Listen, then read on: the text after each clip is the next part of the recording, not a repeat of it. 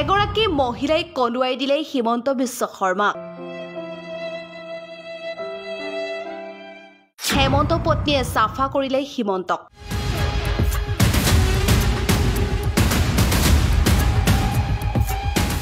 হিৰৰ পৰা একেকোবেই জিৰ' হ'ল মুখ্যমন্ত্ৰী হিমন্ত বিশ্ব শৰ্মা। নচলিল হিমন্তৰ ঘোষপেঠীৰ কথাও।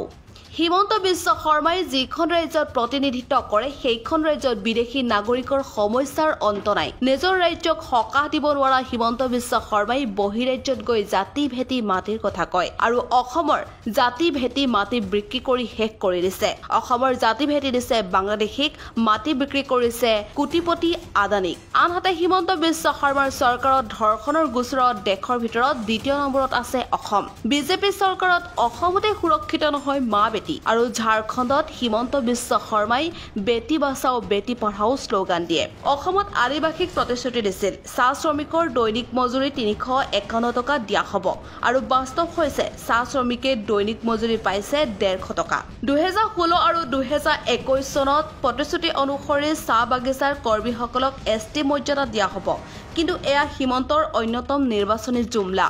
মুখ্যমন্ত্ৰীৰ প্ৰতিশ্ৰুতি দিছিল অবৈধ বাংলাদেশীক চিনাক্ত কৰি বিতাড়িত কৰা হ'ব, কিন্তু বিতাড়িত কৰা দূৰৰ কথা আজি পৰ্যন্ত এজনকো চিনাক্ত কৰিব নোৱাৰিলে।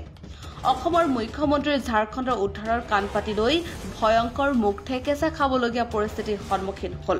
ঝাৰখণ্ডৰ ফলাফলে বিজেপিৰ কেন্দ্ৰীয় নেতৃত্বৰ দৃষ্টিত মুখ্যমন্ত্ৰী হিমন্ত বিশ্ব শৰ্মাক হিৰৰ পৰা জিৰ'লৈ পৰিৱৰ্তিত কৰালে।